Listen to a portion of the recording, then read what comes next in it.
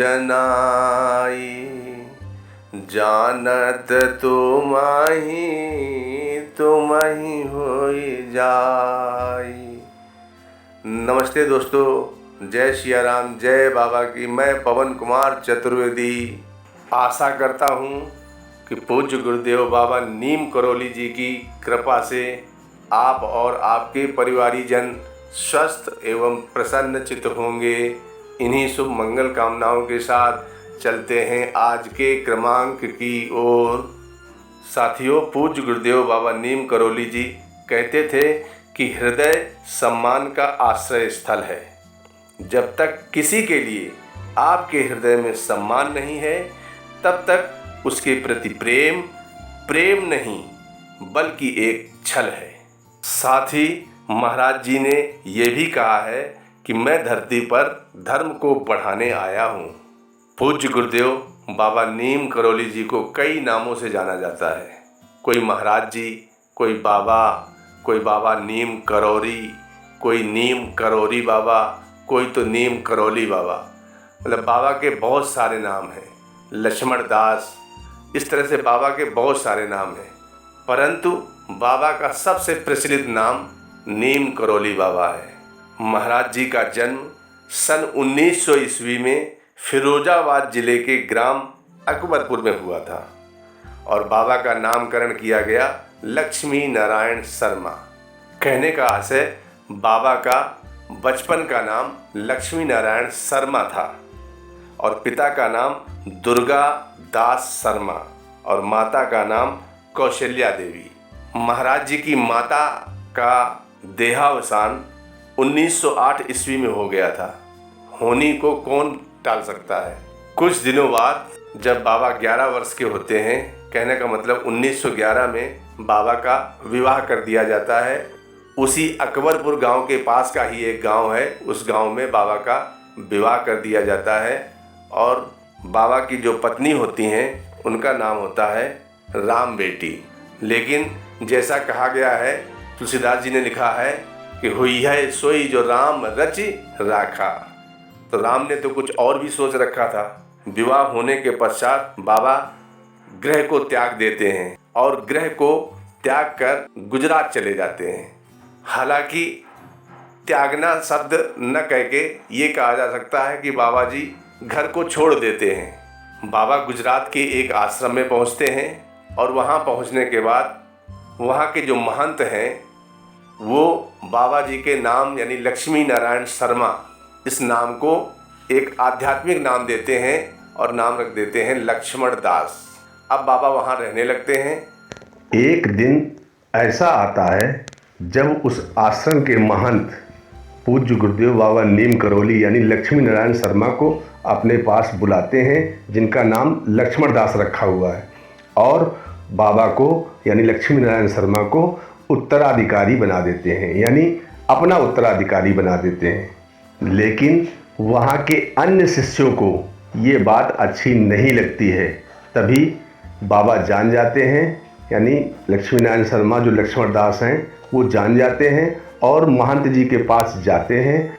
बाबा उस आश्रम के महंत जी से कहते हैं कि मैं उत्तराधिकारी बनने में असमर्थ हूँ, और ये कहकर बाबा वहाँ से चले आते हैं। और बाबा 1917 में यानी 17 वर्ष की आयु में गुजरात के ही एक गांव बावनिया में आ जाते हैं और वहाँ पे एक तालाब में अपनी तपस्या करने लगते हैं। तालाब के अंदर रहकर तपस्या करने लगते हैं और इसीलिए वहाँ बाबा का नाम पड़ जाता है तलैया बाबा। क्योंकि बाबा तालाब में तपस्या कर रहे होते हैं तो आसपास जो लोग गाय चराने वाले होते थे, चरवाहे होते थे, बच्चे होते थे, वो आते थे और कहते थे बाबा कुछ खिलाओ।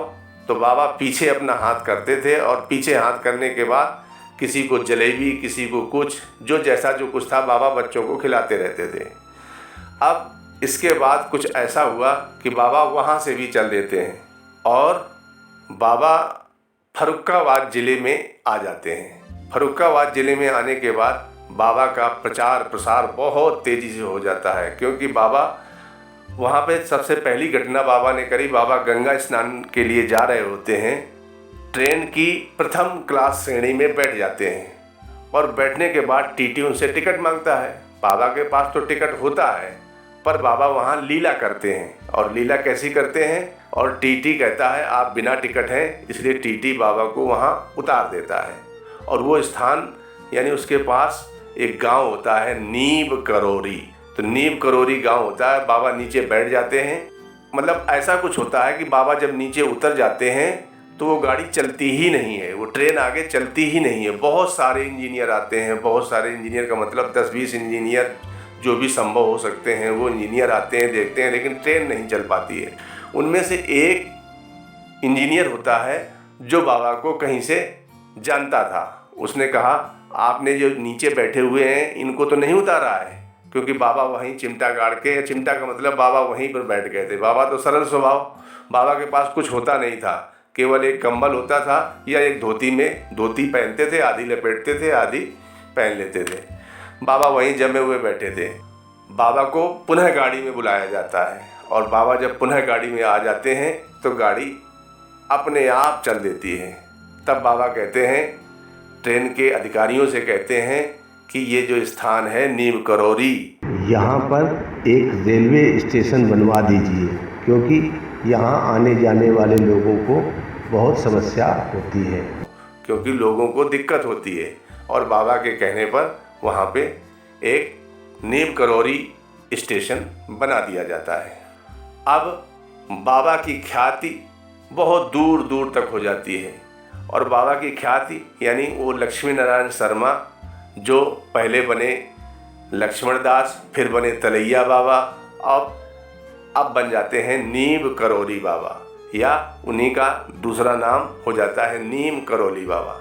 जब ख्याति बढ़ गई तो बाबा के जन्म स्थान यानी अकबरपुर में चर्चा होने लगी कि नीम करोरी गांव में कोई एक महंत आए हैं, वो बहुत अच्छे हैं, सब कुछ जानते हैं। और बाबा के पिताजी यानी दुर्गा दास शर्मा से कुछ लोग कहते हैं कि चलो आप भी दर्शन कर आओ, अपने पुत्र के बारे में पूछ आओ। तो बाबा के पिता यानी दुर्गा दास शर्मा वहाँ पहुँचते हैं और पहुँचने के बाद जैसे ही देखते हैं ये तो मेरा पुत्र है, तो निवेदन तो नहीं करते हैं लेकिन आदेश देते हैं और कहते हैं कि चलो घर चलो, तुम्हें घर चलना है। और बाबा आदेश को मान लेते हैं और ऐसा करने के बाद बाबा पुनः घर आ जाते हैं। घर आ जाते हैं और पिताजी से कहते हैं कि हमने आपकी आज्ञा मानी है, हम गृहस्थ आश्रम का भी पालन करेंगे, लेकिन साथ साथ आपसे भी एक निवेदन है कि हमारे द्वारा किए गए कार्यों में आप भी सहयोग करेंगे, कि जब हम जैसा चाहेंगे वहाँ जाते रहेंगे। क्योंकि बाबा जगह जगह मंदिर बनवाते रहते थे, जगह जगह सारे काम करते रहते थे।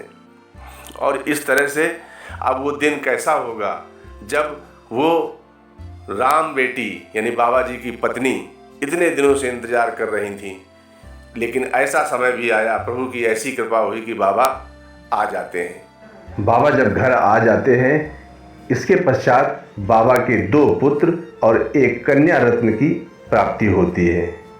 लेकिन बाबा का कार्य अनवरत चलता रहता है। इसी बीच बाबा गांव के प्रधान भी बन जाते हैं और बाबा एक डाक बंगलिया नाम का घर है जिसमें बाबा रहते हैं। और अक्सर जो भी प्रधान से कार्य कराने के लिए आता है बाबा उसे वहीं मिल जाते हैं। और बाबा अपने फर्रुखाबाद में भी अपने स्थान अपने मंदिर में मिलते रहते हैं।